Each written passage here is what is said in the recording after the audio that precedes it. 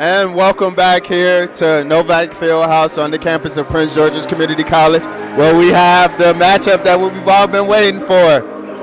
It's Marshawn Powers alongside D.A. Tenen, and hey, we're here. We're back, and we're ready. We're ready for the game that I couldn't sleep over. I know you was trying to spend the night here.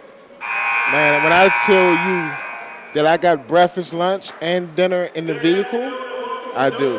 All right, man. So what are you expecting today from this great matchup between the Anne Arundel Riverhawks and the Owls?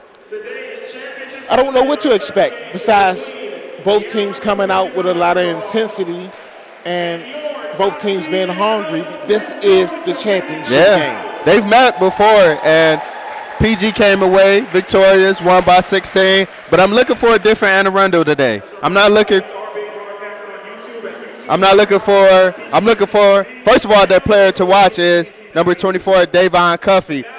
He averages 18 points, 9 rebounds, and 2 assists. He's going to have his hands full against my guy, the great Alex Morales, who's already won Player of the Month for December and Player of the Week for Maryland JUCO, as well as the NJCAA, averaging 19 points, 11 rebounds, and 5 assists. I'm looking for a great matchup today. This is the last home game for a few Owls, and you got to go out with a win. You can't let your last memory be your worst memory. Yeah, Alex is definitely going to have to put the team on his back, and he's going to have to get that 19 points and 11 rebounds today, if not more. Correct. As we have our starting lineups, first for Anne Arundel, you have Davon Cuffey starting at the forward, Walter Tolliver, who's at the guard, number 32, Jacoby Rojas, who I am a big fan of, number 33, Clint Smith, who's a guard forward, and number 44, DeAndre McNeil, who's a great matchup for one of my favorite players, another one of my favorite players on the Owls, number 44, David Burris. I feel like they're the same type of player. I'm anxious to see when these two go head-to-head. Now for the Owls. You know, my one to watch is Tunde. Tunde? Absolutely. Tunde, he controls the pace of the game. He orchestrates the offense. His intensity on the defensive end dictates how the Owls play. Correct. You know, the Owls changed their lineup today. They're going with something different. Yesterday they played with Deion Savage. Today they're going with a different look with Kevin Chase, as well as they're inserting Jalen Robinson back into the lineup and taking out Jordan Hicks. What do you think about that? Well, obviously the coach has a game plan. We'll see what his game plan is the first couple of trips up and down the court on the offensive end as well as the defensive end. I think that he has something special planned. I love the uniforms. This is my favorite uniforms. I haven't been to a game this season yet where we lost in these gold uniforms. Absolutely. So maybe that's a good luck charm. I'm expecting to win here. And folks, the moment we've all been waiting for. Get your popcorn ready because it's going to be a good one.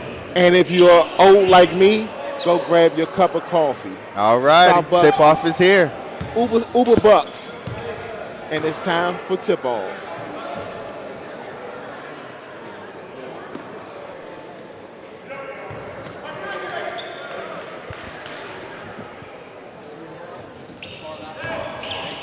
The tip-off is won by the Owls.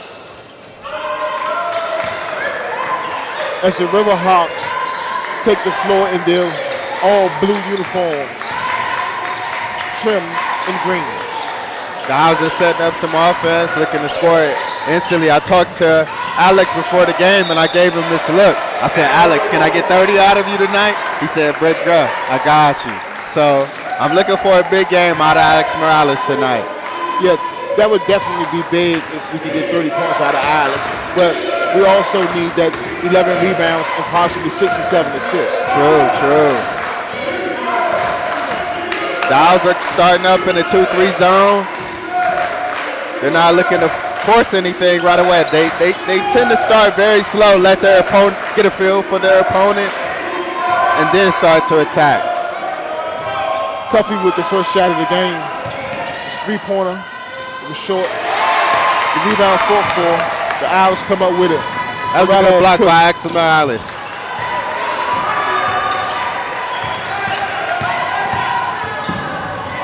Riverhawks, Tolliver on the push. The pass to Cuffy in the lane, and he scores. The Owls don't need to reach. You're at the point of the game now. It's early. Just play with space and pace. You don't need to reach right now. The pass is deflected out of bounds. It will remain Owls ball.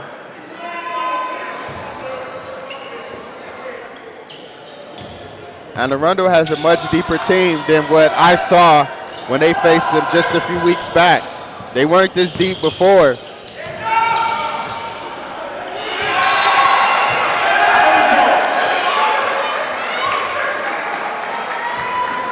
Alex looking real shifty through the lane.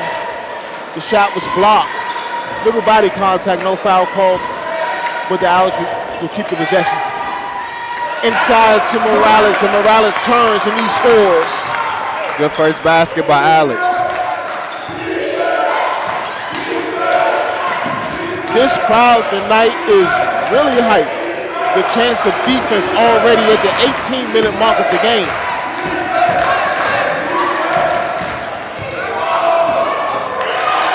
This is championship atmosphere. That basket was by DeAndre McNeil.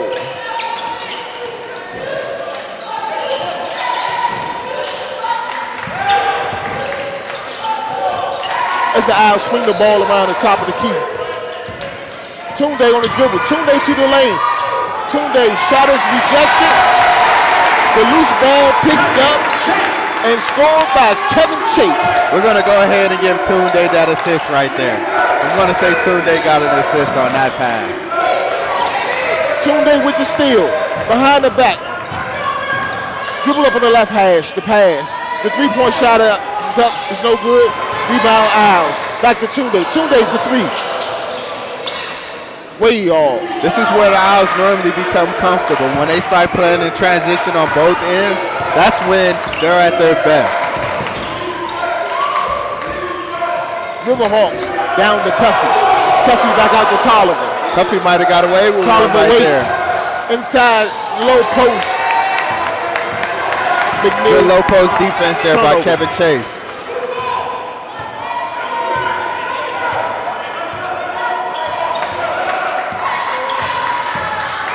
Alex through the lane, over the head pass. Inside the key, the baby hook shot is no good. Chase forced that one. He could have put that back out to a player and then maybe find another option. But instead, you got a lost bucket right there.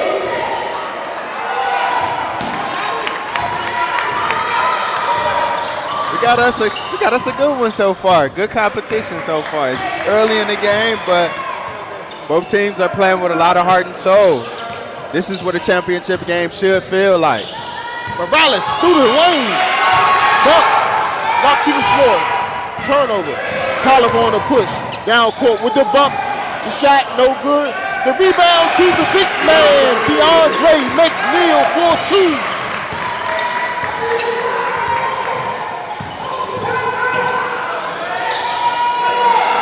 Looks like Coach West is going early to his bench, bringing in number 0, Motez Ashkar, who's a very, very good rim protector.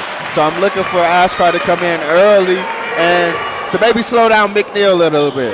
What I'm seeing differently today is that Alex is running what seems to be the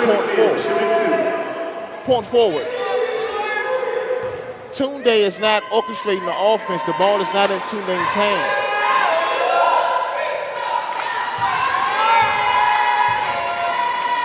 Coach West went with a different, normally he doesn't even start Tunde, but for him to start Tunde today, it's a little different. You know, normally he's used to bringing Tunde off the bench early, but still he never starts. So I wonder what made him go with starting Tunde today. Well, Tunde started yesterday. And I think, he did. And I think the flow of the game with Tunde as the point guard was something that he liked. Oh, that's true. That's true. But early on in this game, the ball is not in Tunde's hand. It's been in Alex's hand. As we see Jordan Hicks brings the ball up the court.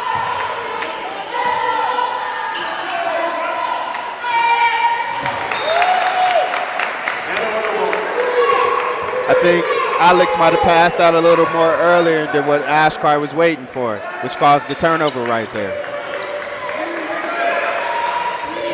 Absolutely. The Owls need to get a little settled. They're not settled right now. The Owls are playing very, very relaxed. This isn't a game where you want to play relaxed. It's a championship game. This is your home court. Defend home court. You know, yesterday they started off pretty slow. Yeah. I don't know if they can afford to actually start off slow and get too far behind today. Full court press, and there's a turnover. Owls, 3-point shot, no good. I thought I saw a little smack talking between the Owls and the Riverhawks. Number 12 and number 30 was John a little bit. The Riverhawks are having all kinds of problems with the Owls press. Another turnover.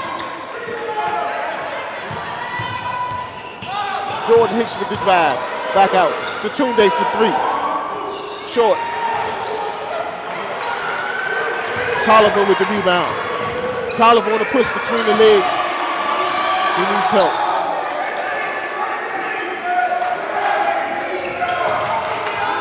Cuffey with the pass down low. The layup, point blank range is missed by McNeil. McNeil tried to go up strong, but it wasn't strong enough.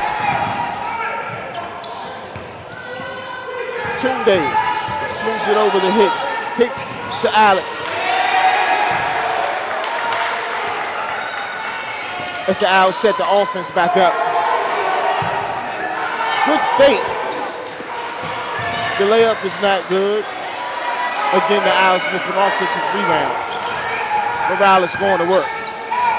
Through the lane, short jump shot, no good. Rebound, Riverhawks. Riverhawks on the push. In the lane, the kick out to Cuffey. The three-pointer's no good. Rebound, Owls. Tunde on the push. Tunde through the lane, the bump, the shot. The shot doesn't fall, but he's fouled on the play. Good way by Tunde to force himself to the line. Down a few buckets. He said, you know what? Let me enter myself into this game right now. My name is Tunde, and ain't nobody on this floor stopping me. So, well, hey.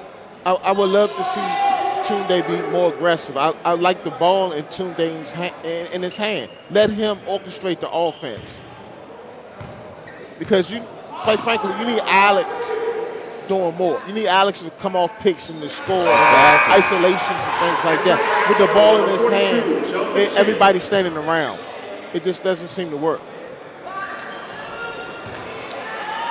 Everybody has to insert themselves into this game, whether physically or mentally or emotionally. Like, this needs to be a full team effort for 40 minutes in order to walk away as champions from both teams, not even just the Owls. I'm saying this as the Riverhawks as well. Whoever wants to win, you got to put all effort on this court for now 32 minutes.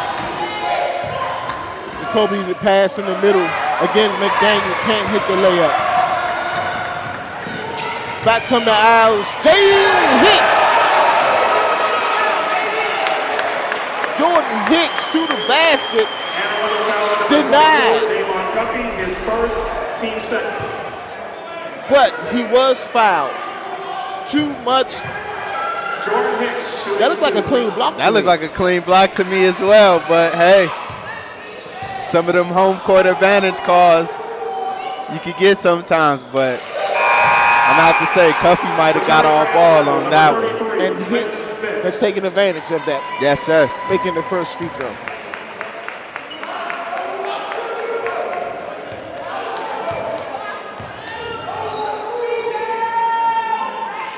The second free throw is good as well.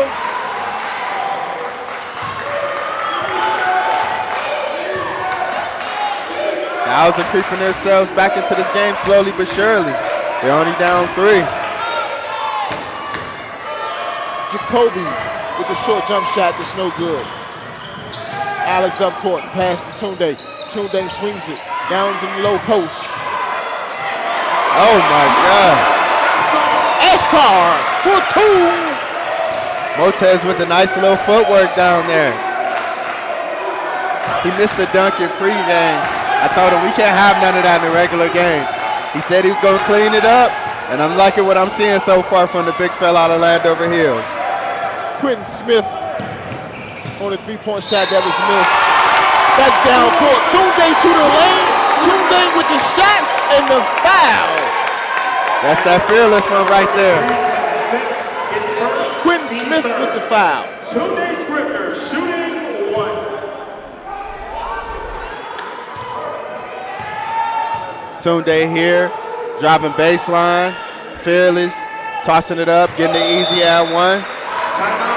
And just like that, your PG Community College Owls men's team is on top, 12-10. Hey.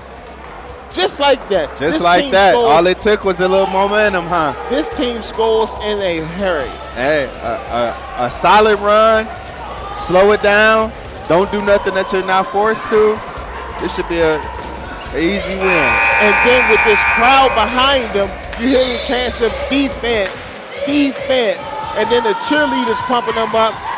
You know, it needed something like that to wake them up. And by golly, I think they're awoke. That's what happens, man, when you come to Largo, Maryland, and you step into what I call, a lot of people refer to it as Novak Fieldhouse, but I like to refer to it as the Owl's Nest in here.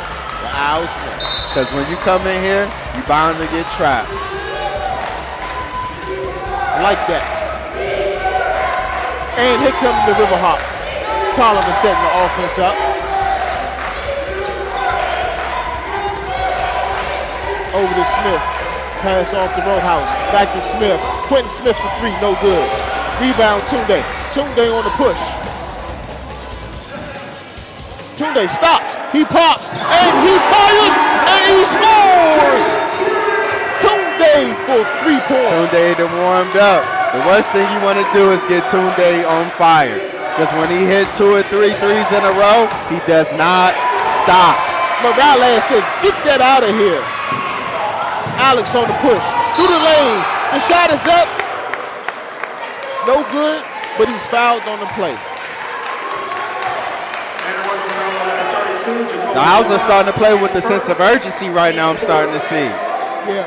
You know, in the beginning, first couple of minutes, they slowed it down, was a little patient, trying to figure their opponent out. Got to about the 13, 14-minute mark as we see Alex here at the line, who's the leader of this team, one of the leaders of this team. He's not solely, he's one of the leaders. And just started to take over as we see Tunde here with the pull-up 3. This is the Owls team that I know, that I've seen all season, that has won 20 games so far.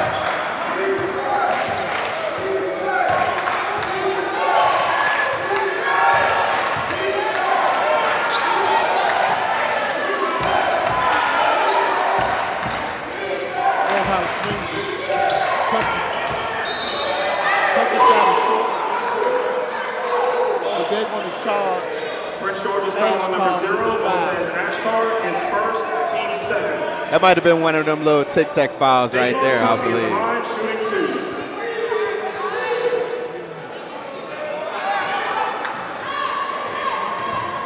That's one of them, he barely touched you on the elbow, and you go to the line. And the rim don't lie.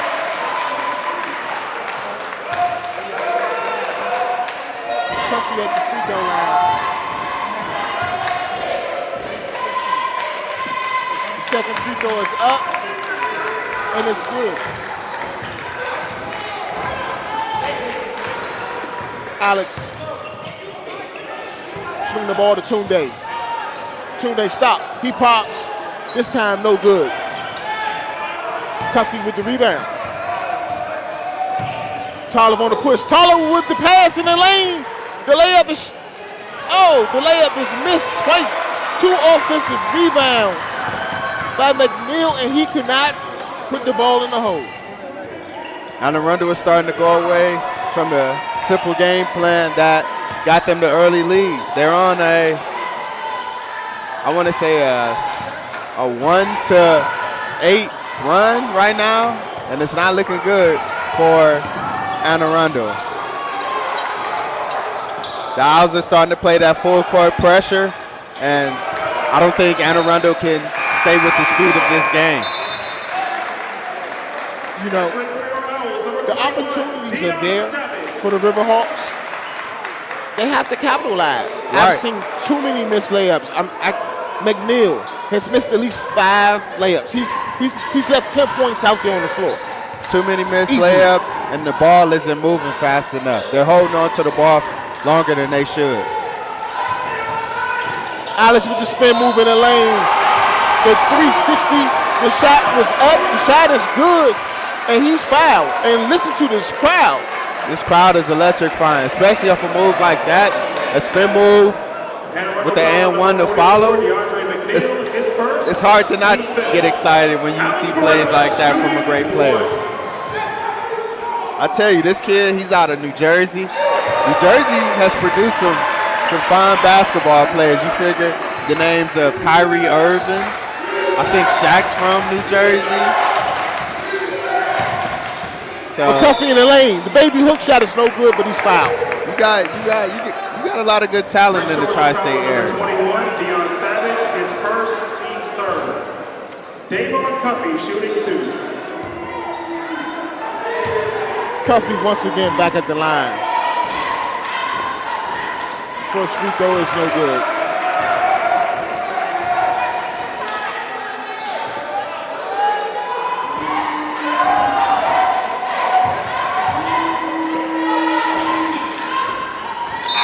Second free throw for Cuffey is good. Entering for Anne Arundel, number 12, Aaron McGriff.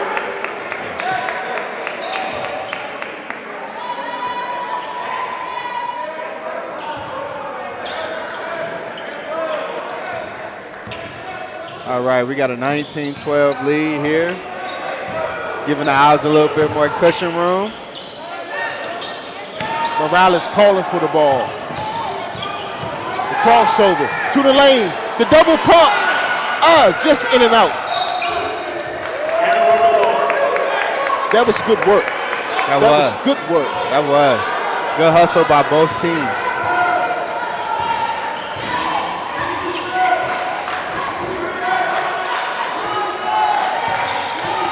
As McGriff is in the game to run the point for the Riverhawks.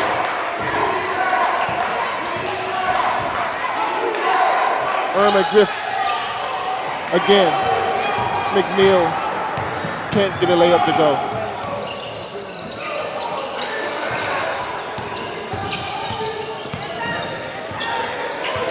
Jordan Hicks to set the offense up, looking for the pick. Swings it to Tunde. Tunde drives through the lane. The left hand, no good. Rebound! And the putback by Deion Savage. Good way to put back over there, Deion. Athletic, big. See, here's the thing. Remember I was telling you yesterday how Coach West can Morales go on the board. 8, 9, 10, 11 deep. And Arundel can't match that. It's impossible to match how Coach West is able to go to that guy on the far end of his bench, and he can produce as if he's a starter. Team 6. Deion Savage shooting 2. Savage is at the line for 2 shots. The first one is no good. The Riverhawks have to be very careful at this point because this game can't get out of hand. Savage, another player who's on his way to a 4-year university. This team has a lot of good hidden talent on it. A lot of good D1, D2, hey, even D3 capable players. But there's a lot of good 4-year starters on this team. Jacoby with the ball. The fake. The swing to Cuffey. Cuffey gonna take the 3-point shot. It's no good. The hesitation. Cuffy probably should have took the shot instead of hesitating. Yeah. But he could have stepped into the shot. Coach West is bringing Big Dave in early. Normally, David Burris doesn't even come in until the second half. To see him coming in the first half is quite a sight to see.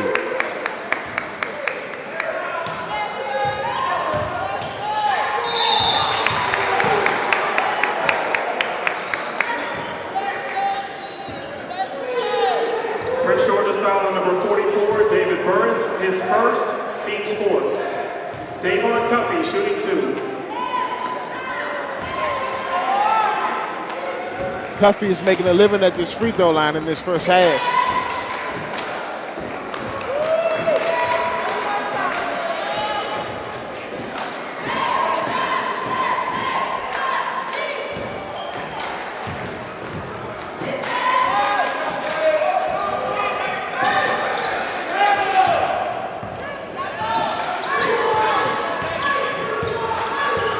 As Alex brings the ball up the court for the Owls, he surveys the defense. Dexter Turner to Tunde, to Morales, the dump off.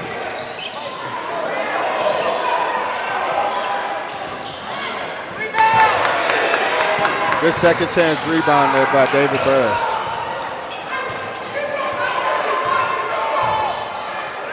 Here's a matchup I've been waiting to see. 2 6'10" players.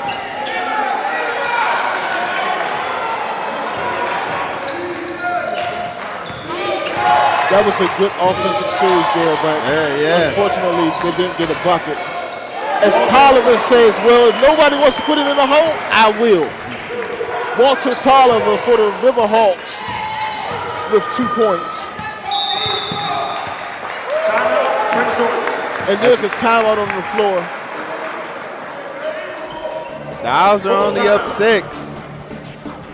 They can keep playing with this pace forever. It definitely seems like they are in control of the game. They do. They have a good pace, a good control, a good feeling of where they want to go with this game. Once you let them get ahead, it's kind of hard for them to give up the lead again. I think what has happened, the lead is not more than what it could be because of some of the missed layups. Yeah. But then when you look at the Riverhawks, it should probably be no lead if they make their layups. The Owls are doing well at defending the 3-point, and Arundel hasn't made one yet. When you look at DeAndre McNeil and how many times they've given him the ball down low and how many layups he's missed, it's easily 10 to 12 points out there on the floor. Oh, easily. Point-blank range layups, and you have to make those. He's missed 7, so that's 14 points that's off the board right now, you know? Well, he has to make up for them defensive end. Morales through the lane with the score, and he's fouled. Going to go to the free throw line. That was a close call, but I'm glad it went in our favor. Alex Morales shooting 1.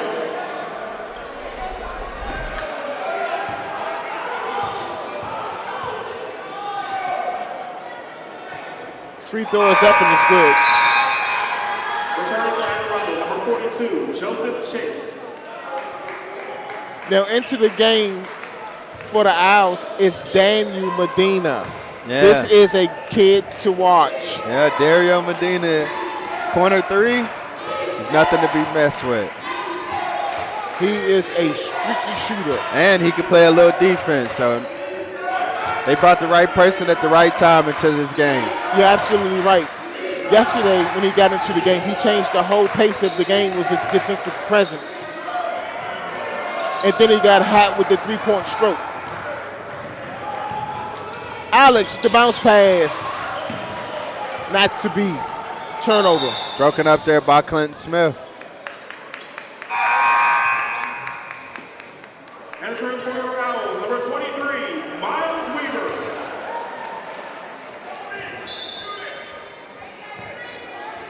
Coach go ahead and gave Tunde an early rest.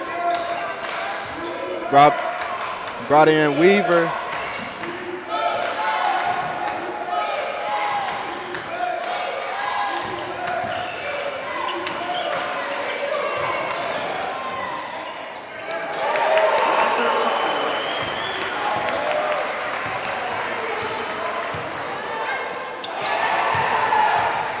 The Owls are getting kind of sloppy. Starting to play with a little complacency that they don't need. Unnecessary fouls, things of that nature.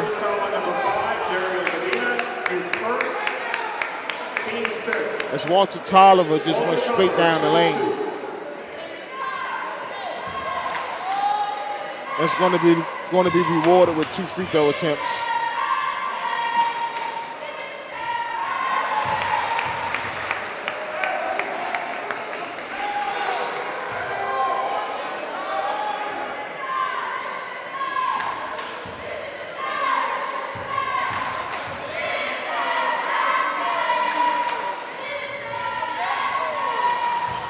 Second free throw is good.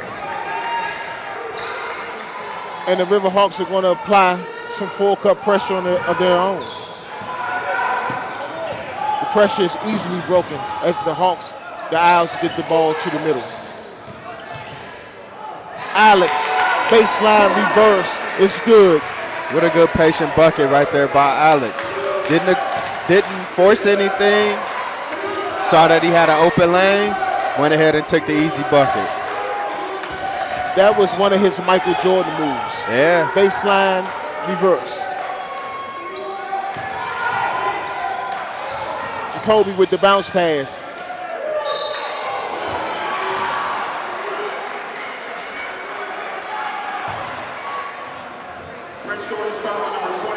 Joseph Chase will go to the free throw line as his shot was denied, but he was fouled. Joseph Chase shooting 2. Sending number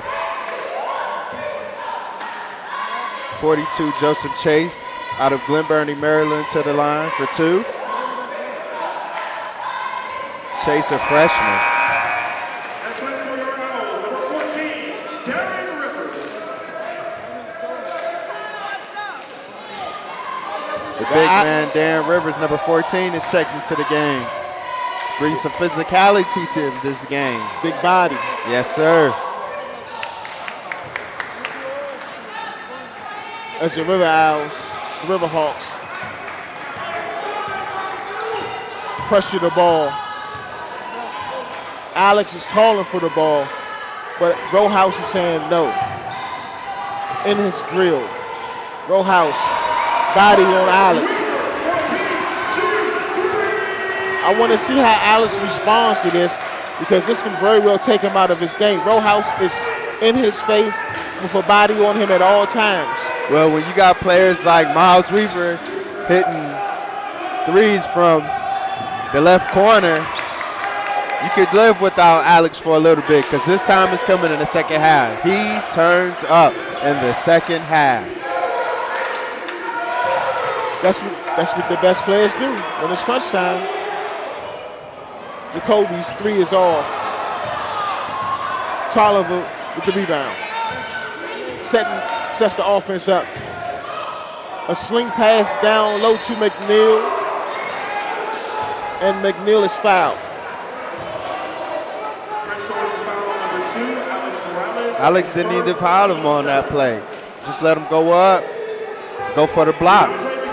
Didn't need to foul him. And McNeil's signal to his point guard Tolliver, put it up. So now we're going to look for something above the rim. Returning from the Owls, number 1, Tunde Scribner. Scribner's coming back in, got him a little breath. I think he's coming in to put on a little show to end the half.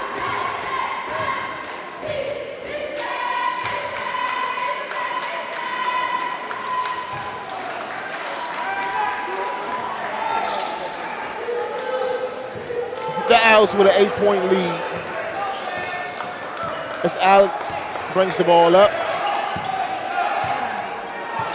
Looks over the defense. Wait for the pick. The backhand pass to Weaver, which is no good.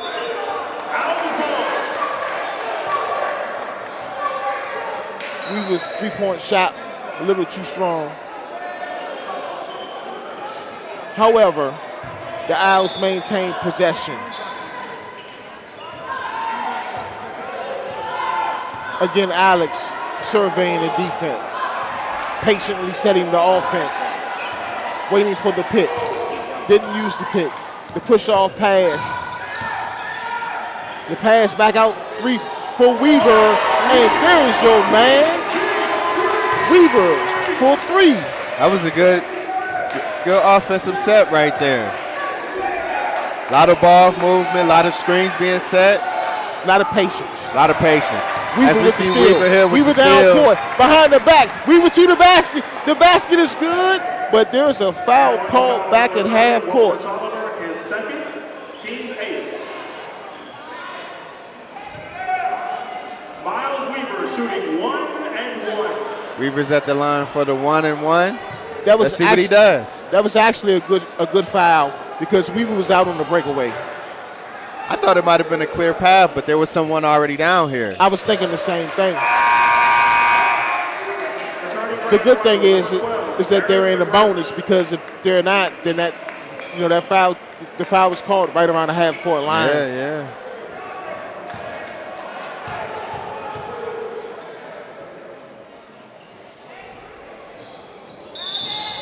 Weaver who splits the set. I think maybe Tunde was in the lane a little too early.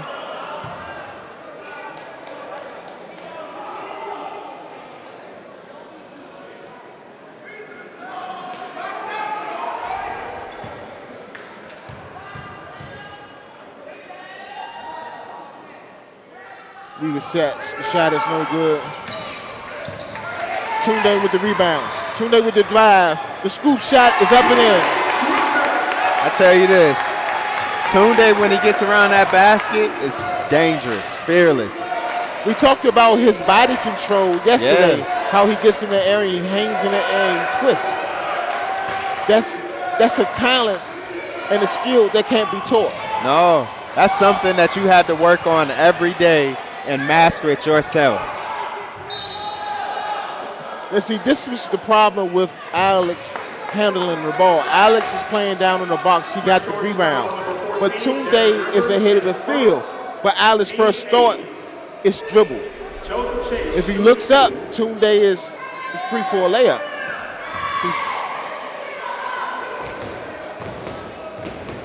Maybe that's something that they'll tune up at halftime. Because there is some times where players are ahead and certain players will grab the ball, but instead of looking who's ahead of them, they're looking to go on a fast break of their own. Chase at the line. For a second, I thought the building was shaking. Oh, man, it feels like it. It's a packed house here tonight. That's the crowd and the cheerleaders. Yeah. It's a packed house. It's a championship. The winner of this game moves on to North Carolina, one step closer to reaching that destiny of a national championship in Rochester, Minnesota.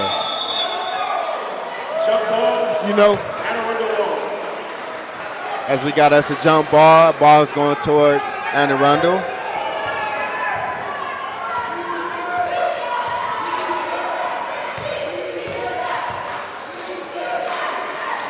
The Riverhawks swing the ball around the top of the key.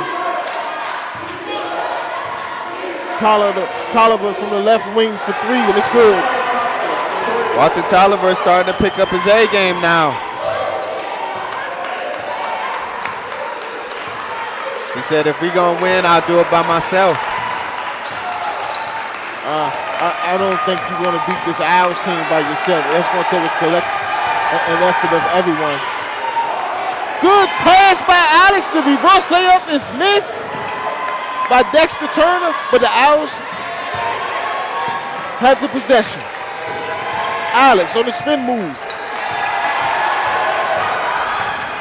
And the Riverhawks back off the turnover.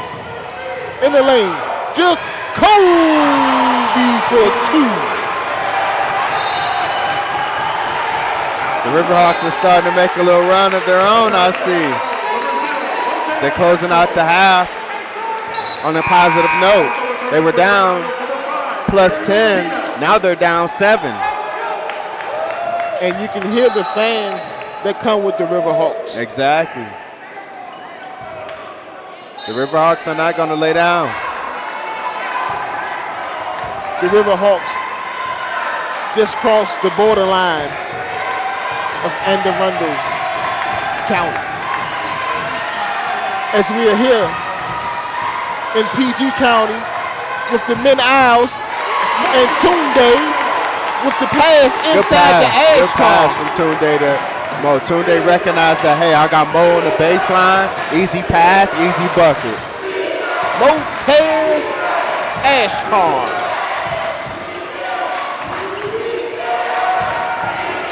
Quentin Smith for 3 with a buzzer. It's no good.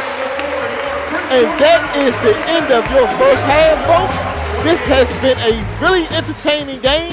The score, your PG Community men's basketball team 37 and the Riverhawks 28.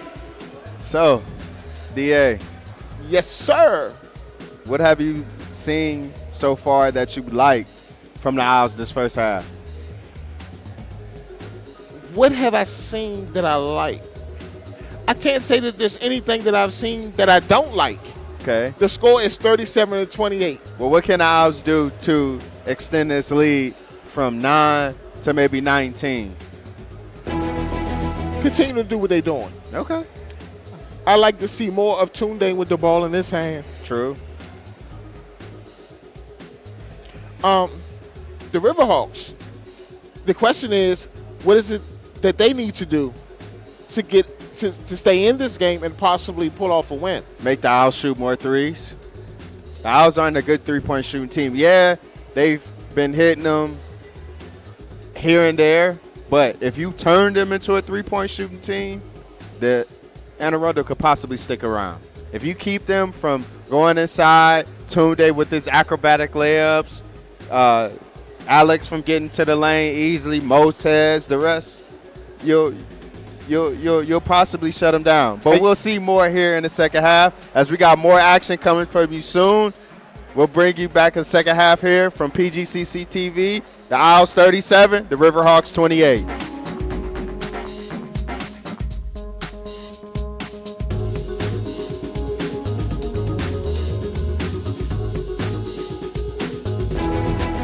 "60 years strong, Prince George's Community College is entering a new era of growth and achievement. From our humble beginnings at Suitland High School with 185 students to a sprawling campus in Largo, Maryland, and 5 extension centers throughout the county, the college now serves nearly 40,000 students annually. There are very few organizations who can celebrate 60 years of not just being in the same location, but serving hundreds of thousands of students. We contribute $500 million to the local economy. Our company enrolled in the college's Center for Minority Business Development Program in 2006. It is rewarding for Lindana Construction Company to be able to give back because we've been giving so much in return. With more than 250 academic, workforce development, and continuing education programs, strengthened through publicly funded grants, partnerships, and philanthropic support from individuals, local businesses, and nonprofits, the college provides scholarships, engagement opportunities, and a state-of-the-art environment for learning. I've witnessed a lot of changes. I worked for the first woman president of the institution. The other significant factor that has occurred over the years is just the number of buildings on this campus. And then it's about looking at how the region has changed and economically, what does that mean for the college to be able to support what's going on in our county. The Academy of Health Sciences was the first middle college high school in the state of Maryland. I attended the middle college program here on campus. I would take about 2 college classes per semester when I was a freshman and sophomore. And then in my junior and senior year, I was taking all college courses. The mission of the college really is about educating students, providing rigorous workforce training, development programs and courses, and looking at the community and the region in its entirety. I'm a proud PGCC graduate. As a student, this college changed my life and helped me find my career path. I started with an associate degree, but I went on to earn my bachelor's, master's, and just completed my doctorate. Now as a professor, I'm honored to teach here, and I am excited to be part of the future of this great institution. I envision the college moving into the next decade as we think about more and more ways that we can serve our residents and how we can bring those innovative and creative opportunities back to the college and therefore back to our students, back to our residents. I am delighted to be a donor, to give back to the college and to help students and entrepreneurs achieve their goals. 60 years strong, contributing to the economic and cultural vibrancy of the region, Prince George's Community College is your partner for success.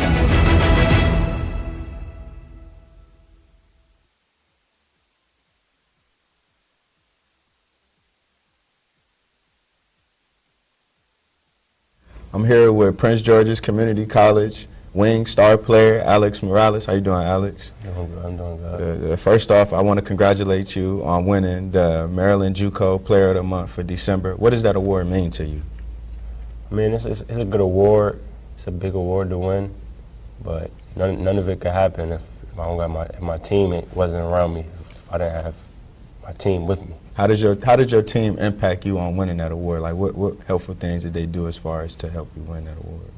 I mean, they just did what we normally do. We just play basketball and they make shots. They play defense. We all play defense. We all contribute. My success is their success. How has this year been playing under Coach West? You know, he has the interim role, but none of us around here see him as an interim coach. You know, to me, he's more than an interim coach. So how has this been playing under him this first year? At first, it was kind of rough to get like everybody to buy in to what he does and what type of coach he is because of the quick change and so fast from going from Coach Bryan to Coach West. So at first it was kind of rough, but now everybody understands him. Everybody understands what he wants from us. So it's working real good now. Is there any like big difference between Coach West and Coach Johnson? Like any difference that you know? It's a difference, but we all came in here together, so it is different coaching styles. Everybody has different coaching styles, but what we stand for, what the team is, it's pretty much the same thing. Cool. So about your teammates, who's that one player on the team that you just depend on, like you lean on for if it's guidance to keep your head right, keep you in the game? Like who is that one person on the team? I mean, it's not really one person. I mean, it's a couple different people for different scenarios and different things. Like Dex, he's real good with his mind. Like his IQ is like the best IQ I ever played with. Okay. So if I need help on the court or with a play or anywhere, that's who I go to. If I'm down, if I'm out, like if my head's not in the game, Motez, he does a good job helping me with that. I mean, Tunde does a good job keeping me focused on the court. So those are a couple. Cool. So let's talk about when you grew up playing basketball. Like what made you want to get into basketball? I mean, that just all goes to my parents. Like I thank them for keeping me involved in different activities. I played baseball, basketball, and football growing up my whole life. So, I mean, that's just thanks to them. So what's like besides basketball? I'm sorry. What other sport would you say like would be your second favorite outside of basketball? I mean, football probably was my favorite sport growing up, like my whole life. But like high school, I had to make a decision, and I felt that basketball was the way I should go. Cool. Who's your favorite basketball player? My favorite basketball player is LeBron. LeBron? Did you say you model your game after him? Yeah, I try to get like different pieces from different types of players. So scoring-wise, I try to get some pieces from Kevin Durant. I mean, basketball facilitating, I try to get some from different point guards. Arundel, couple people. Okay. Where do you plan on going? Like, where do you plan on going with basketball after PG? I'm definitely transferring to a 4-year school to to get my bachelor's and to complete my eligibility for basketball. A place, I don't have a place yet. Okay. I have a couple options as of now, but I haven't really decided on where I will be attending. All right, so years down the road, you've already left Prince George's Community College. How do you want to be remembered around here? How do you want your legacy to be after Alex Morales has left? I mean, I just want to do something here with this group of guys that we never have been here. So that would be a national championship. Well, as far as I can remember, or people around here could remember, it's a national championship. So. Okay. And last question, where do you think this team, with this strong group of guys, strong leader, where do you think you guys can go? Where do you think this team should be at the end of the season? We should be holding a national title, national championship. All right, thanks, Alex, man. I appreciate your time. Wow.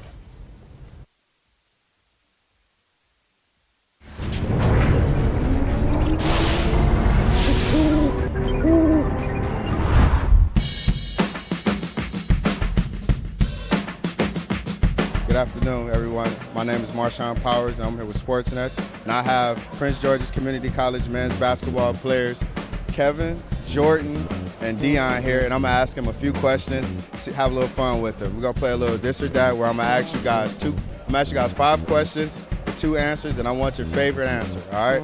First question is Nike or Adidas? Nike. Definitely Nike. You see what shoes I got on, right? Definitely Nike. Second question is Michael Jordan or LeBron James? LeBron for sure. Hey, look at the shoes. That's all you need to see. Jordan. Michael Jordan all day long. Third question I'm gonna ask you guys is Chick-fil-A or Chipotle? Chick. I'm a Chick-fil-A. I hate Mexican food. Chick-fil-A. All right. Next question I'm gonna ask you guys is NBA Youngboy or Moneybag Yo? Young boy. That's all we Boy. And the last question I'm gonna ask you guys is John Wall or Kyrie Irving? Kyrie. I don't know. Kyrie. Nah, John Wall. I don't like him. Kyrie. All right, guys. I appreciate you guys.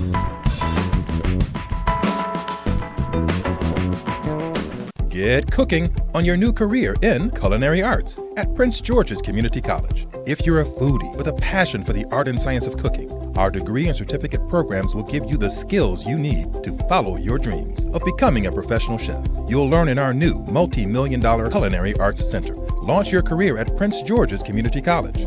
Classes start soon. Enroll today at pgcc.edu.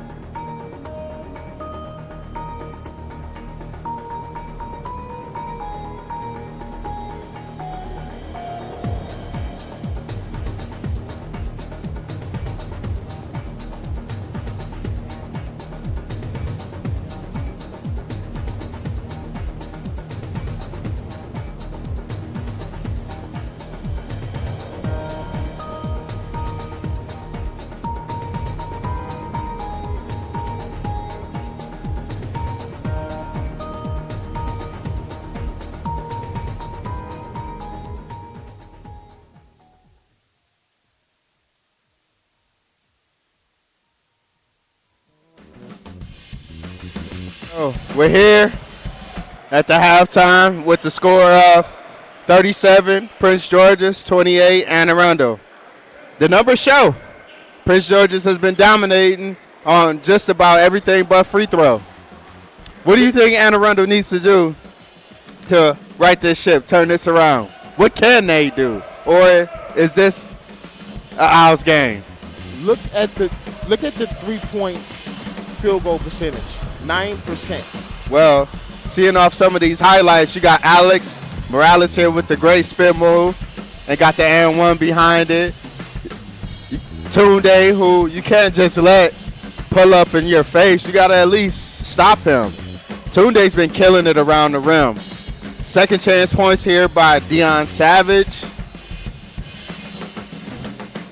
As we can see, Dexter Turner's running the offense, who eventually it gets to Alex, who gets another and one. The Owls are playing with some type of urgency. If they can keep it up in the second half, as you can see, should be a pretty solid win for them, pretty smooth win.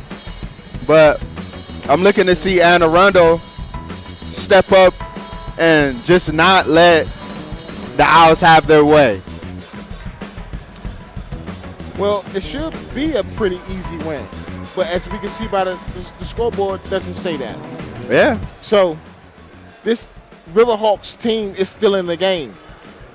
Their confidence level is not low right now. It's like, we can win this. Exactly. The Owls need to come out and, so to speak, put their foot down. Well, we're seconds away from our second half to see who's going to win and who's not going to win. So I'm excited. We're 20 minutes away from naming our Division 20, our Region 20, Division 3 JUCO champ. Absolutely. And these fans here were like nothing more than to walk out of here victorious. Well, the home fans. We have a lot of fans here from Anne Arundel who's, I'm sure, is looking, who is expecting for their boys to become victorious. Second half tip, the Owls control. Morales, turnover. Up ahead to Tolliver. Great defensive get back and play by Dexter Turner to break up the easy layup that Walter Tolliver had. The Riverhawks to inbound. Jacoby, his pocket is picked by Tunde, but the ball hit the baseline, out of bounds. Riverhawks possession. The Riverhawks are coming out this half with a little bit of urgency, a little bit of aggression. As we see Clinton Smith here hit the three. That's a good-looking shot by Smith. Dexter Turner with the ball, setting the offense up. The pass to Jordan Hicks. Jordan Hicks with the drive, the pull-up, in and out. The worst thing you want to see is the shot rims out. Up top to Quentin Smith for the easy layup. And the Riverhawks in full court press. Man-to-man press. This is what we saw in the beginning of the game. We saw a strong start by the Riverhawks, and then the Owls started to take control of the game. I'm starting to see this again in the second half, but my only question is, can the Riverhawks keep it up? You know, Jacoby has taken it upon himself to be very physical with Alex. And since the last part of the first half, when we first noticed a change in Jacoby guarding Alex and being physical with him, Alex really hasn't, been quite the presence that he was to begin the game. They're taking the bread and butter away from the Owls. They're making everybody else on the team score. If you take away Alex and Tunde, who do you have left? Medina.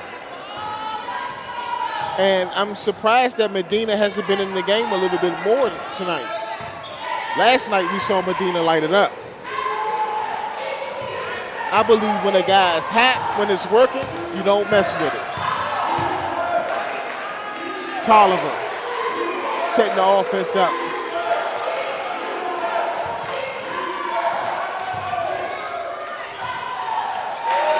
Tolliver with the short jump shot, and it's good. That was a good little 5-footer by Tolliver. Easy bucket. Right now you're down. You're not looking to do anything spectacular. What you want to do is just get points. You don't care if it's 2, 3, or 1. All you need right now is points. And I like the way that Arundel is just, they're going after this game. We're down. We need points. We're going to get points. And you know what? There was a change made into their lineup. Cuffey is not in the game. I did not see that. Yes, he's on the bench. I don't know if he's hurt. Well, he's in foul trouble. He has 3 fouls.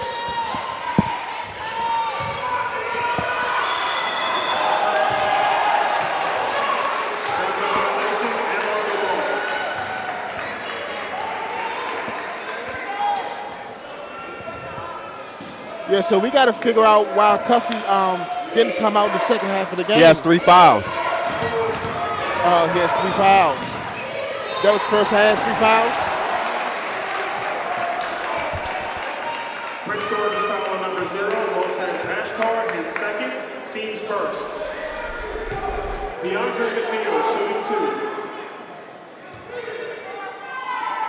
2. You know, if McNeil can just put the ball in the hole, this game would be it'll be a different outcome. Maybe him making this free throw. They're within 3. Huh? They're within 3. So anything can happen. Returning for your Owls, number 11, Jalen Robinson. Looks like Coach West is going small here. He has 4 guards and a wing player.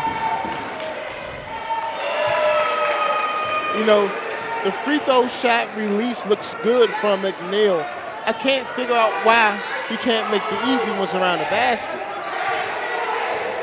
Upper body strength. He has to get his upper body strength a little bit more aligned, and he'll be nice. Jalen Robinson. And then they're not getting him the ball fast enough. He's leaking out quick. This guy give him the ball faster. He could be a force in this game. Tolliver sets the offense up. Swings the row house. He has a mismatch down low. Quentin Smith for 3. And ladies and gentlemen, we have a brand new ball game. The Riverhawks are up by 1 with 16:31 in the second half. 3-pointer by the Owls, no good. Rebound, Quentin Smith.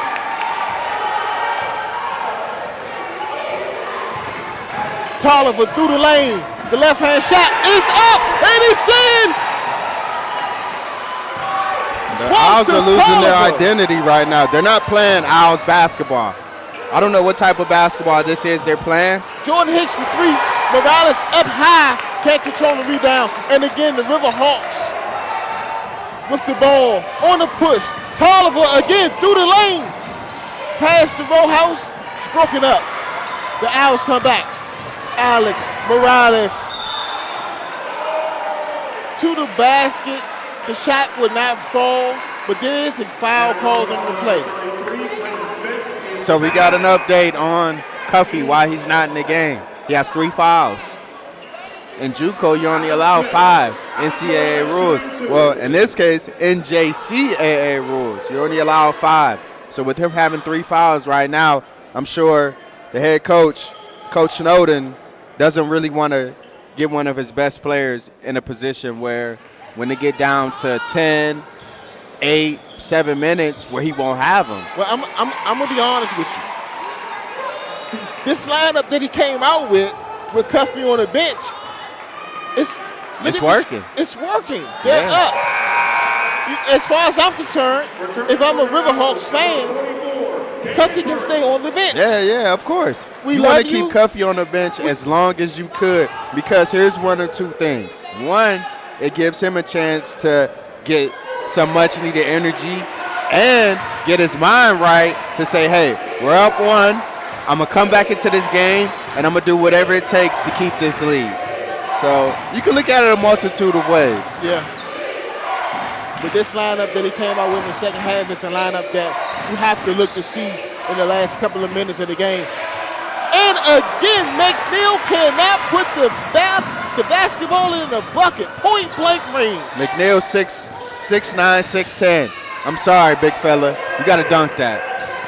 That's nothing that you need to lay up. You got to dunk that. He put it up, and he scored. Tunde over McNeil, the 6'10" tower.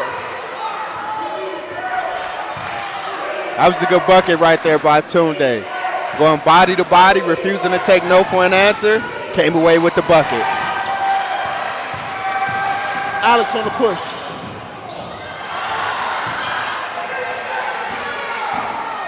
The Hawks back the ball back out, set the offense up. And it's a reaching foul on Quentin Smith. Number 33, Quentin Smith, his third, team's fourth. The second half is starting to be a little bit aggressive. I like it. I like it.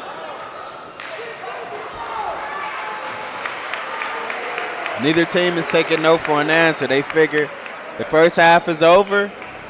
I'm not going home without a dub. You know what? The Owls are in for a fight. That is true. I didn't think Arundel this game would be close based off how the first game went, where the Owls, I'm not going to call it an easy win, but it was a convincing win that this game shouldn't be this close. But Arundel said, no, no, no. We brought a new mentality. We watch film, and we ready to get this done. At the 14:40 mark of the second half, Devon Cuffey still remains on the bench. However, his team is back in the game. Tunde on the dribble.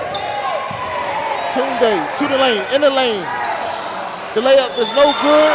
Morales with the rebound. Morales with the putback, and it's good. And Arundel foul on number 42, Joseph Chase, his first, team's fifth. You know, Alex has a knack for the ball. I've noticed that he's always around the ball. Yeah. When there's an offensive rebound to be had, he's somewhere around it if he doesn't get it. Yeah, Alex knows where to be. He knows where to find the ball, where to be around the ball, who to get the ball to.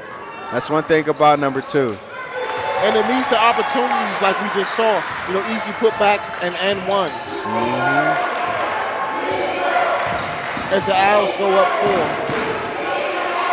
And the crowd is into it. The chant of defense. Tolliver surveys the defense. Quentin Smith back to Tolliver. Tolliver inside the row house. Jacoby for 2. The turnaround jump shot inside the lane.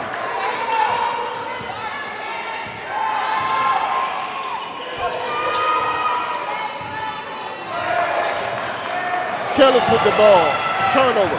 Tolliver on the push.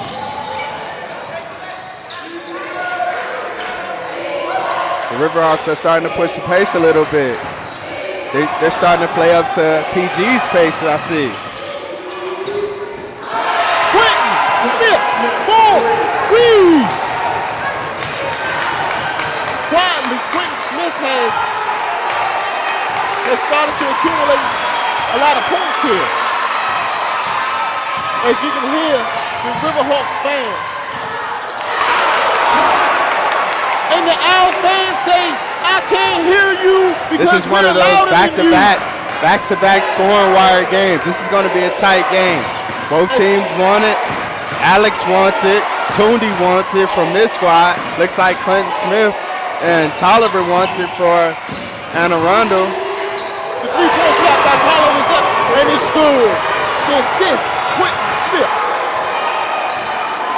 And back comes Alex. Not to be denied, to the lane. And he's called for a vacation. Traveling.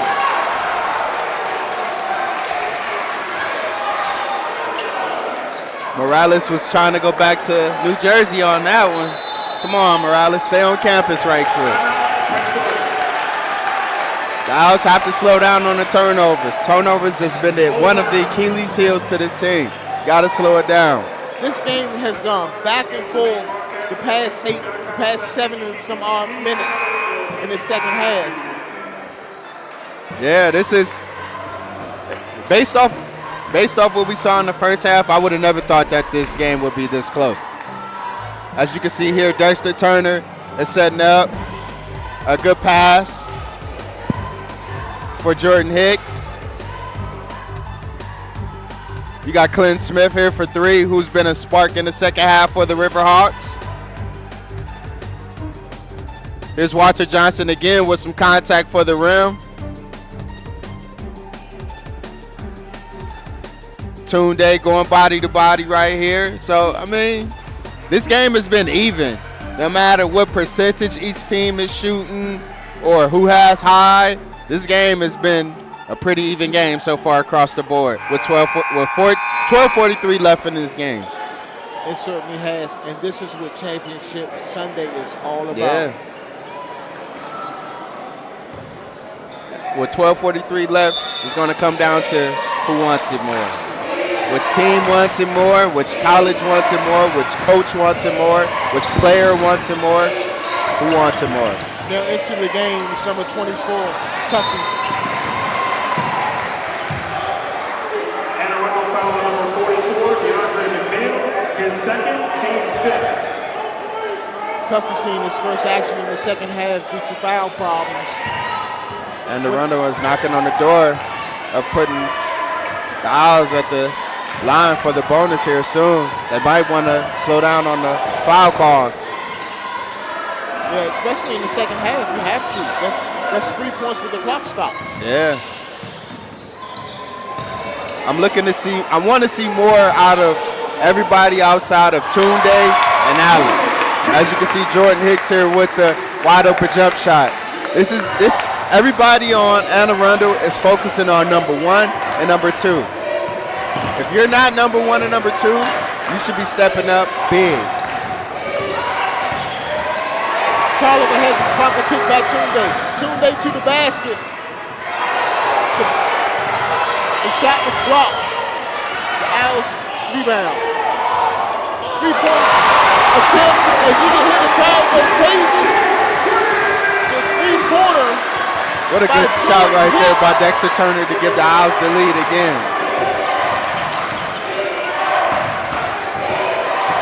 That was Dexter. The fans for both teams has made this place so electrified right now. McNeil down low, and finally he gets a layup. There go. McNeil with the soft touch. Good bucket to bring the Riverhawks within 1. Turner stops.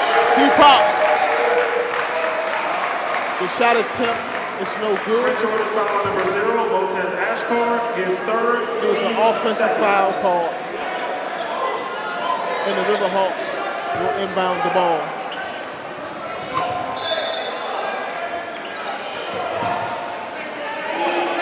As the Owls pick up man-to-man.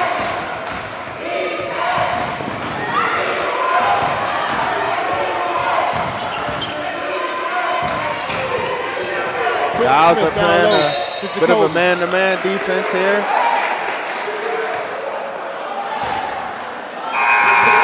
Number 1, Tunde Scrivener, his second, team's third. Returning for Arundel, number 42, Joseph Chase.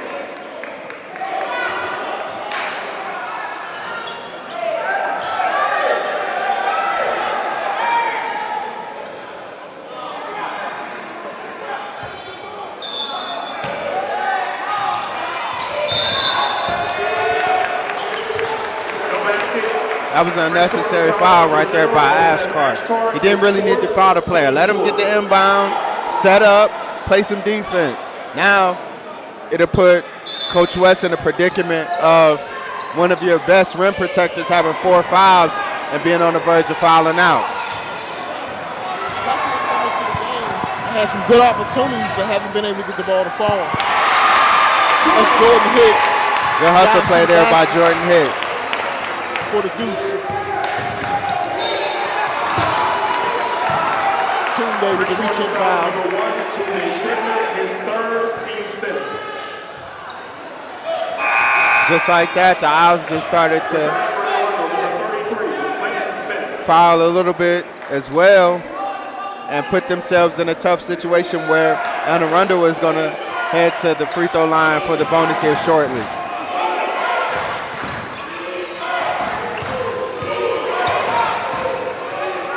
Two-man game between Quentin Smith and Rojas. One ref called foul and another ref called the foul as they come to discuss. And traveling is the call. Turnover, Owls ball. Hey, I'll take it. It was a questionable call, but hey, I'll take it.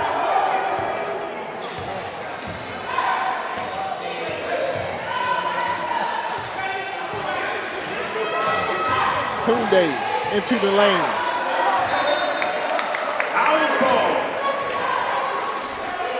Tunde, a little fearless guy over there. Again, you see Tunde go through the lane and hang in the air to defy gravity.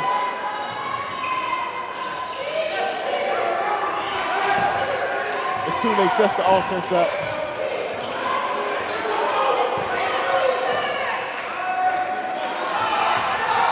Alex. The shot is a little off. Rebound, Tolliver. The Owls don't need to foul. Just play your game. Don't foul. And there's another foul.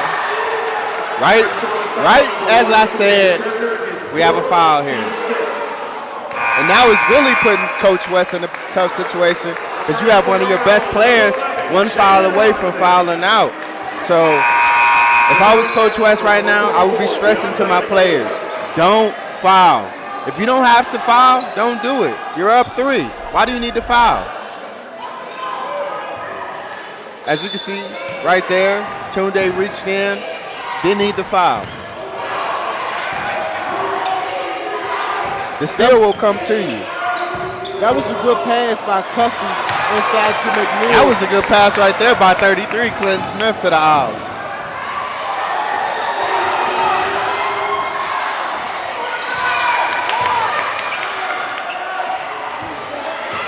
As the Owls set the offense. Jordan Hicks down low. Owls ball. The attempted pass was to Morales, deflected out of bounds, and the Owls maintain possession. Jalen Robinson with the pass to Jordan Hicks. Jordan Hicks inside the lane. That left-hand scoop shot is no good. Still Owls ball. The deflection out of bounds is off of the Riverhawks. And again, another possession for the Owls. These second chance possessions is what's going to help the Owls in the end. Jordan Hicks in the lane again. This time stripped by Jacoby.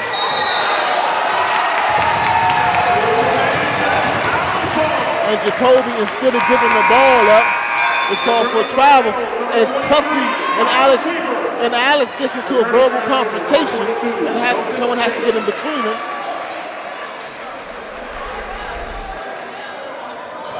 Cuffy was face to face with Alex. Don't know how it started. It's back to live action. Let's see how Alex responds to the challenge. And Arundel's getting a little upset right now. I don't think we need to have that right now. You're only down 3. Keep your head in the game. Cuffy's one of the best players.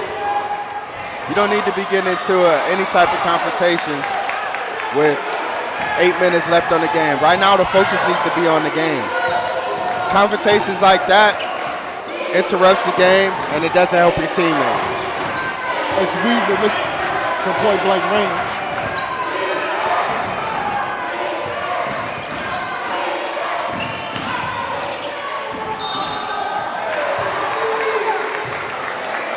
Right now, what I'm starting to see at this point in the game, the Riverhawks are using that low post. Either I'm going to miss the bucket or you're going to foul me. They're playing very smart basketball right now. That is very smart, especially when each foul sends you to the free throw line. Exactly, especially when a few of your good players are already at that point of fouling out. So it's like you can do whatever you want. Now when you're 1 to 2 fouls away, what are you going to do? Returning for your fouls, number 44. So you tell me this, you're Coach West. What do you do at this point knowing that you have 2 of your best players with 4 fouls?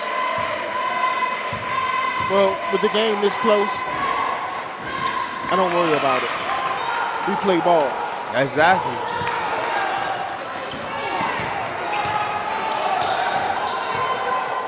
Jordan Hicks with the ball to set the offense.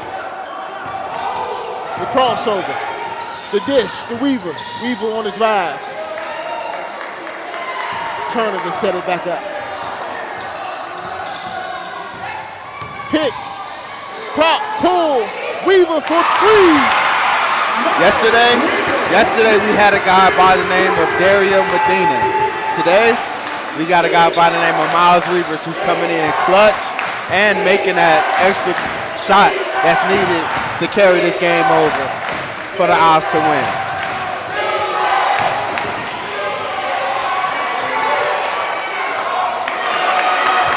Good cleanup there by DeAndre McNeil. In the second half. The first half he couldn't buy a bucket. They're dropping this half. Now McNeil is starting to clean up the paint, clean up the buckets. Weaver, another 3. It's no good. Returning for number 132, Jacoby Rojas. Smith to inbound the ball for the Riverhawks. As the Owls picked up man-to-man. Tolliver on the drive, the crossover. Carry. And they call a vacation with luggage. He's carrying. He's a package carrier right there. Amazon could surely use him. He's out here carrying. You can see that from a mile away.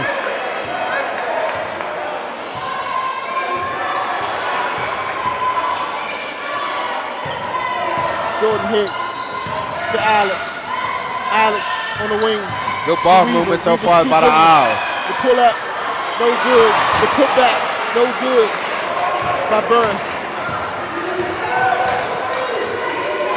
58-56 at the 6 minute and 16 seconds to go in the second half. Illegal screen there by number 44. Number 44, DeAndre McNeil, his 3rd, team 7. So now, 56-58. I say it loud, who wants this game? Who wants it more? You got 6 minutes right now to show me who wants it more. Will the team who wants this game more, please stand up. Please stand up. Good pass, bounce pass in the lane by Dexter Turner to Burris. And the lead is extended to 4. Tolliver.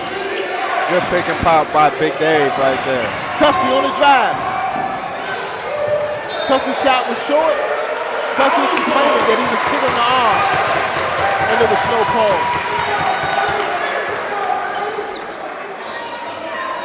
Now is around the time where the Owls should start looking at putting this game away. You're up 4 with 5 minutes left.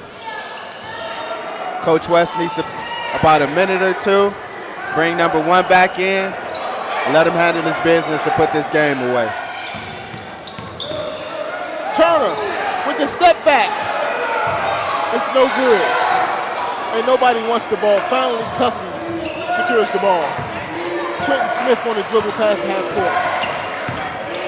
Quentin Smith with a crossover through the legs, in the lane. Loses the ball. Jordan Hicks falls to the floor and calls a timeout to save the possession.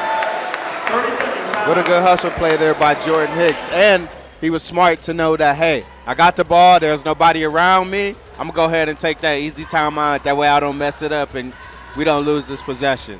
The Owls are up 4, 5 minutes left. Who's going to be that champion? Well, if the score was to end right now, the Owls will be the champions. However, there's 5 minutes to go in the game, and there's only a 2-possession lead, which means it could be a one possession lead on a 3-pointer and a foul. Right. So I mean, this game is just that close.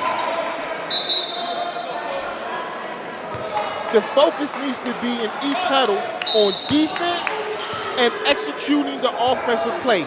We must get a shot, no turnovers. Here's true.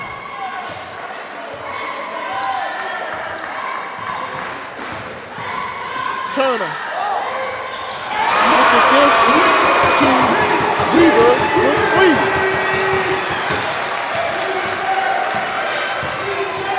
Miles Weaver is making his statement. Been an up and down season for the kid, but he's here. And Rojas says, hold up. I can do that too. Rojas with the 3 right back.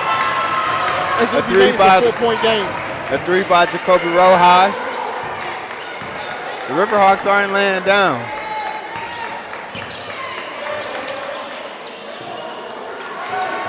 Turner looks the defense over. Waiting for the pick. Baseline. The kick out to Weaver. The rebound by Morales. It's good. And he's fouled on the play. But if you look at this play, I thought the drive by Dexter Turner, if he just would have turned around as he rode the laid it baseline, up, he could that would have have been an easy basket. Of course, I saw that. You have to know at all times where you're at on the court. You do. You do. That's why you got guys like Alex Morales, whose awareness is key because he got the rebound and noticed that, hey, there's nobody really around me. One dribble, turn around, put it back up. He is always around the ball. Yes, sir. This guy is a ball owl. Didn't want to say hawk. He's a ball owl. Oh, he's a ball owl. He's a ball owl. He can't be a ball hawk today because they're going against the Riverhawks. He's a ball owl. Jacoby shot is short. Morales with the rebound. Morales on the push. Through the lane. The kick out to Weaver for 3. Too long. And Tolliver back. Tolliver's running by himself. Got to wait for his teammates. Timeout is called by the Riverhawks. 30 seconds. Full time. Alex already has 21 points, 15 rebounds. That's a solid sideline from this guy tonight. But you know what? It's a quiet 15 rebounds, but I can see it because he's getting all these loose balls. Yeah. As we take a look at some of the action. Here's Dexter using some of his amazing IQ to find Jordan Hicks open for the mid-range jumper. You also have Tunde here on the fast break again at Jordan Hicks. Jordan using some of that quickness and finesse to get to the line, to get to the lane. Miles Weaver here for the wide open 3. One of many wide open 3s he's shot tonight. And then you got Dexter feeding it to the big man, David Barris. So I mean, I'll give you this: the Owls have been using the team tonight. Everybody ate. Everybody got a shot. Everybody's got a bucket tonight. So if they can continue to play like this, the sky's the limit. I don't see no reason why they shouldn't be national champions after this year. You're absolutely right. They have a close-knit group of guys who, from what I know, get along with each other. That's what you want. You want a close-knit group of guys who get along with each other on the court, off the court, and just want to win that national title so bad. They don't want to do it for themselves. They want to do it for everybody. Right. And they have a bench that any game, anybody off the bench can come in and be that spot. As Tolliver drives the lane, the basket is no good, but he's fouled. Prince George is fouled on number 30, Jordan Hicks, his second, team's 8th. You know, this atmosphere here is electric. Yeah, this atmosphere. I tell you, I've been to about 90% of the regular season games for the Owls. I haven't seen a crowd like this all season. The closest crowd I've seen was maybe Montgomery College when we played Montgomery College here back in January. It was a good vibe going around, but today this is the best one I've seen in Largo all season.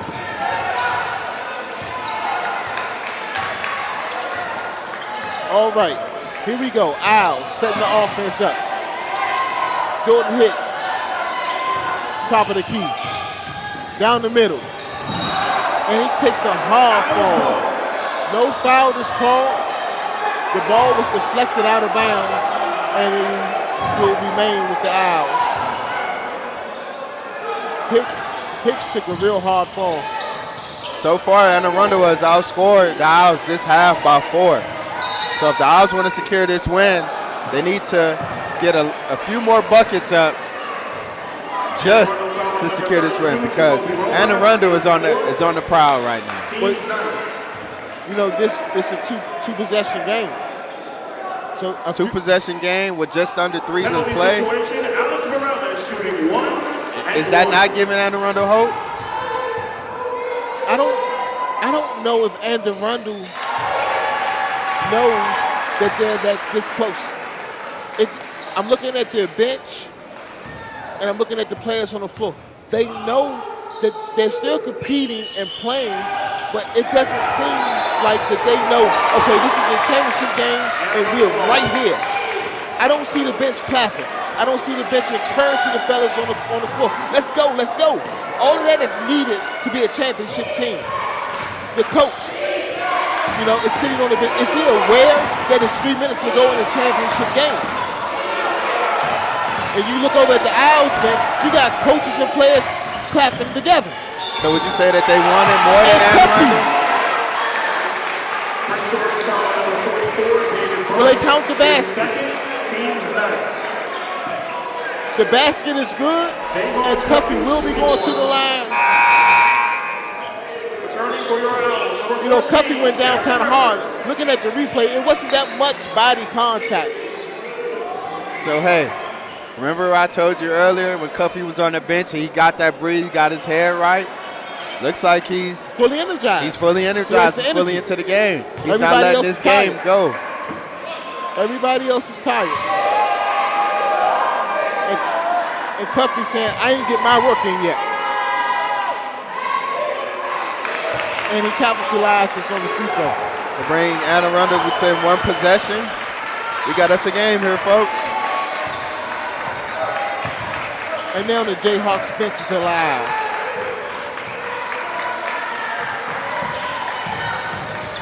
It's Hicks.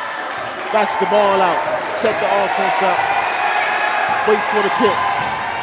The kick out to Turner. Back to Hicks. Hicks in the lane. The dump ball. The layup. The deuce. Turn. Rivers. We're waiting for the big fella to get his points in a much crucial needed time. Go ahead, big fella, Dave. And the crowd chants. Big fella, Darren Rivers.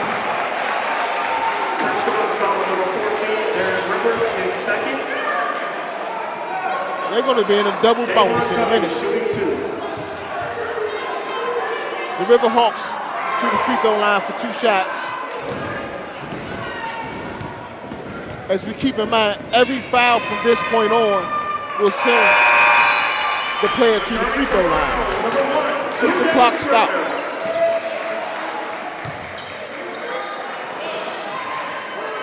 Tunde is back in the game for the Owls as Weaver takes a seat.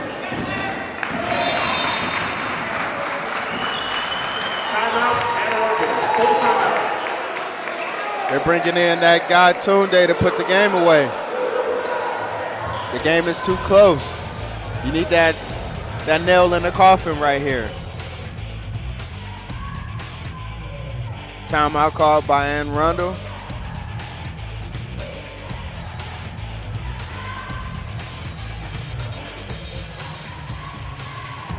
Let's see what Coach West drew up right here. Yeah, and I'm curious to see how the Riverhawks come out, because You know, obviously the Owls are the favorite. They've controlled the game for the most part all of the game. But if you're the Riverhawks and you look up at the scoreboard and you look at just under 2 minutes of play in a championship game, this gives you reason to get excited about the possibility of taking this game, taking this trophy back to your campus. Exactly.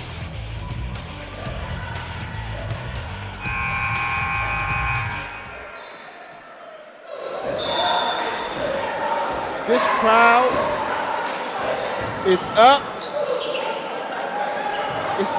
It's almost a packed house, a few gaps over on the side of the Riverhawks behind their bench. Otherwise, this place is simply packed. And this place has got a lot of good high energy in it today. And I see some of the Lady Owls are here in support of the men. You never know who you'll see at the Novak Fieldhouse. Devin the Beast is in the building.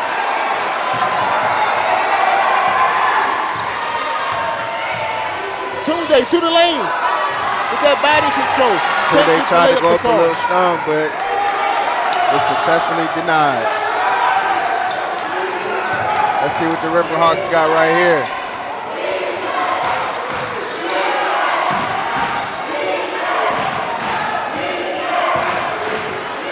As you can hear the chants of defense. Three-point shot, no good. Rebound, Alex. With just under a minute to go. Last minute, we got everybody out their seats.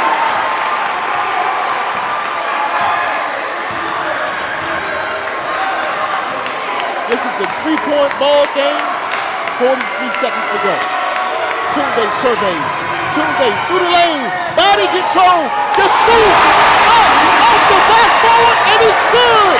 Tunde for two. What a great way to get around by Tunde and to use his upper body to get to the hole at that last bucket and to get that much-needed basket to get the Owls a little breathing room.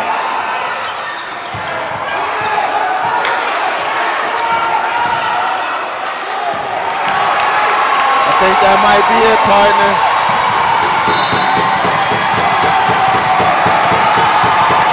I think that might be all she wrote, partner.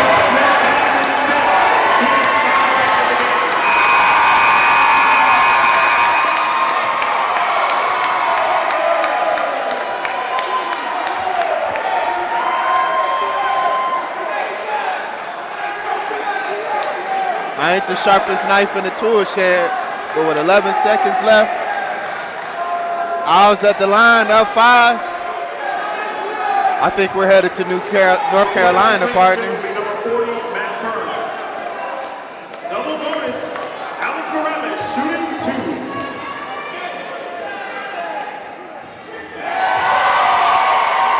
I'm going to go ahead and say it. We're going to North Carolina.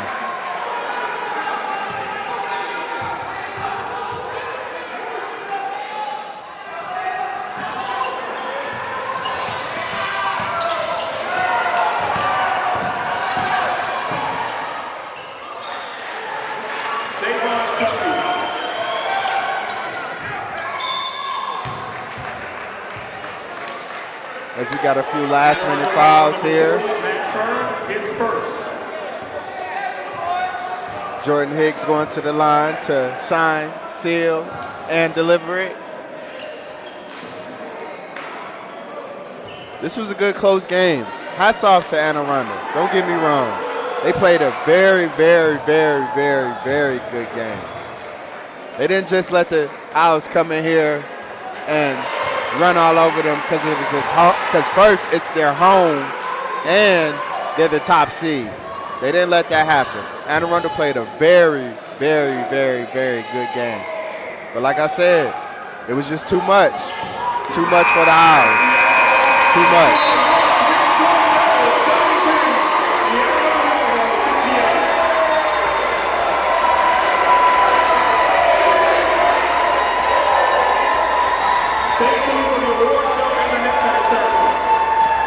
And here it is. The Prince George's Community College Owls is your NJCAA men's basketball champions for Region 20.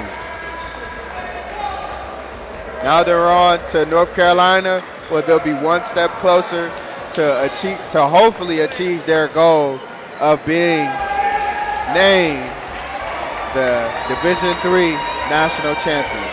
That's the goal. That's always been the goal, but we like to take it here one game at a time. Congratulations to the Owls. Congratulations to Coach West. Congratulations to all the men. We're behind you. Let's go get this thing finished, fellas.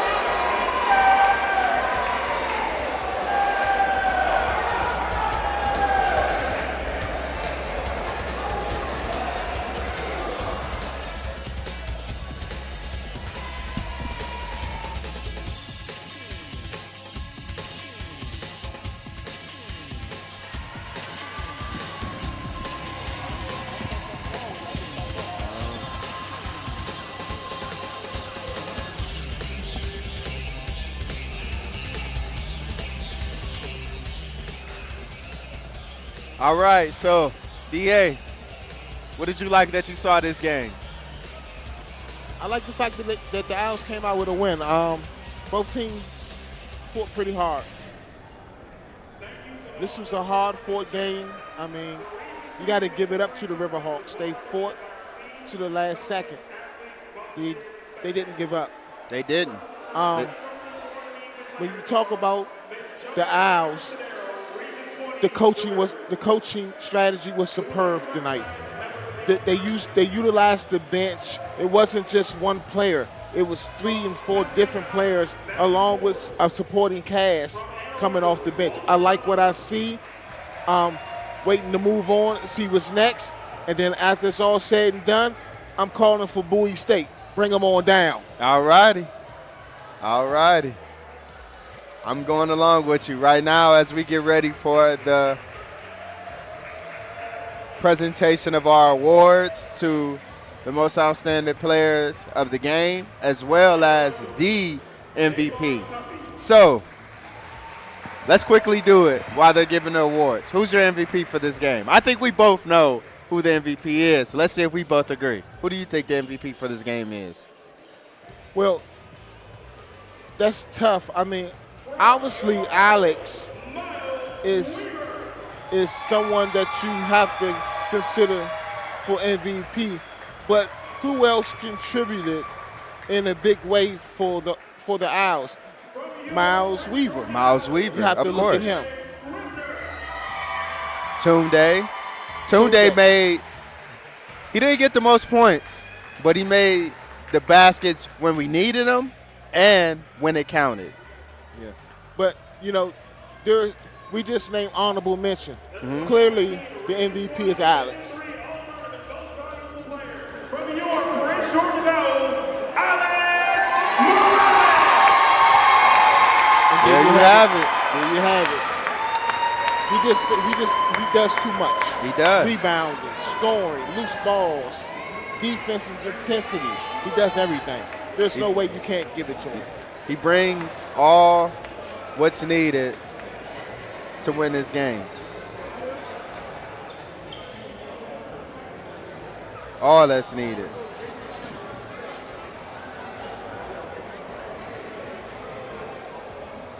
As we see here, they taking a team photo.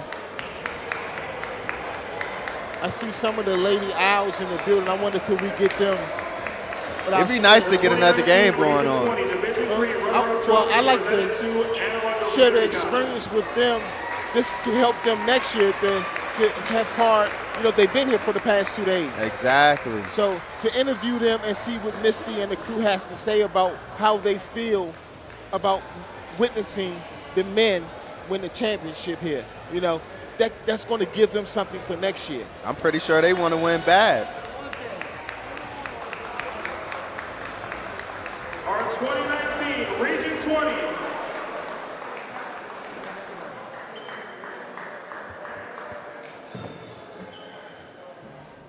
At this time, we would like to recognize the individual individual players for the 2019 Region 20 Division III Championship Team, your Prince George is out.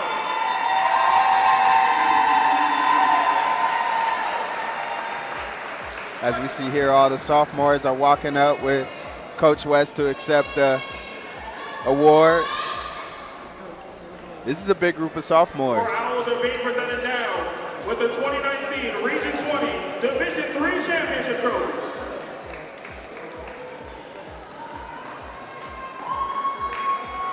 So these men here will be moving on. Yes. To Division I, Division II, some Division III. I'm hoping that all of them go Division I or Division II. Right. Definitely. They're all capable of it. They're all good players. Definitely you have to look at Alex, and then when you look at Darren Rivers has the body that a lot of colleges will develop him. They will work with him. But this guy is, Rivers is what, 6'4". 6'4", every bit of 220, 230. He looks like Zion Williams out there. Mm-hmm.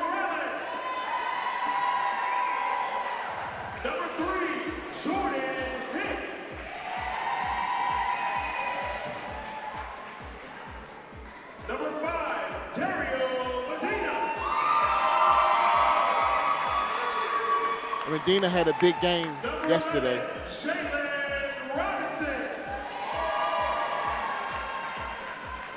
Number 12, Dexter Turner. Dexter played a really good game today as well, too. He did. Number 21, Deion Savage. Number 22, Kevin Chase. Number 23, Miles Weaver. Number 44, David Burris.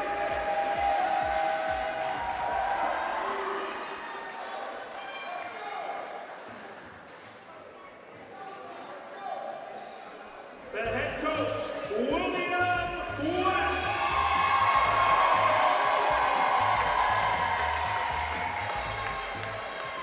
The assistant coaches, Christopher Meshack. You know, Elliot Savage. the college life. Championship Sunday. Charles Picard. Where the party at? Party is in Largo. Everybody meeting at Applebee's. All right, we're getting ready to have an interview here. We're going to send it down to Elena Dummins, who has two of our very important players that contributed to this win. Alana, go ahead. So we are here with the current Region 20 champions. Right now we have Alex Morales. How does it feel to be a champion right now? Oh, it's a great feeling, especially being that we lost this game 2 years in a row. So it's an absolute great feeling, and it's going to be an even better feeling next Sunday when we win another one. So your coach said at the beginning that y'all love and respect to each other. Do you think that contributed to this W today, Tunde? Always, man. He like a big brother to me. He makes sure I do good in the classroom, make sure I stay focused on the court. That's why I love him. And we also heard that y'all are, traveling. Y'all going to be playing in the future. What are some things you think you need to polish up for next game? We definitely need to focus on our defense. We definitely need to sharpen up more when we get up. Just stay up and not go down, and we'll be fine. We'll do great. And it was a neck-and-neck game. How do you think that you took yourself over that edge? We just stayed calm and don't let the crowd. Crowd was going crazy. We just stayed calm and believe in our coach and believe in us, and we know we would be win. Thank you, guys. Congratulations. Thank you. All righty, Alana, I'm sorry. She's going to kill me. But, Alana, I really appreciate that interview with both Tunde and Alex, as both put on a stellar performance today. As you can see, Dr. Dukes is taking a picture with the team and the award. I don't know about you, but I might have to go see this game next Sunday to ask some good luck so these boys can bring back this division championship. They have the team. They have the squad. I can't wait. And what's the information on the next game? It's going to be next weekend in North Carolina. I'm going to be in North Carolina next weekend, CIAA. Yeah, so I'm looking forward to what this team can do next weekend. They have the team. I'm excited for this group of guys. Yeah, maybe I'll come through.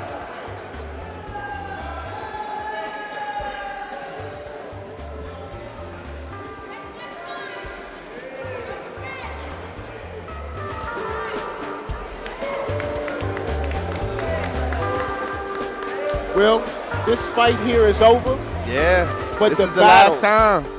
But the battle continues. This is the last go-around. All right, so DA, this is our last one. This is the last game. I hope that the Owls can make something happen. We've had fun this weekend. We've got to see a lot of basketball from a lot of good teams. I don't know about you, but I'm ready to get out of here. It's Marshawn. It's DA. We'll see you guys next year.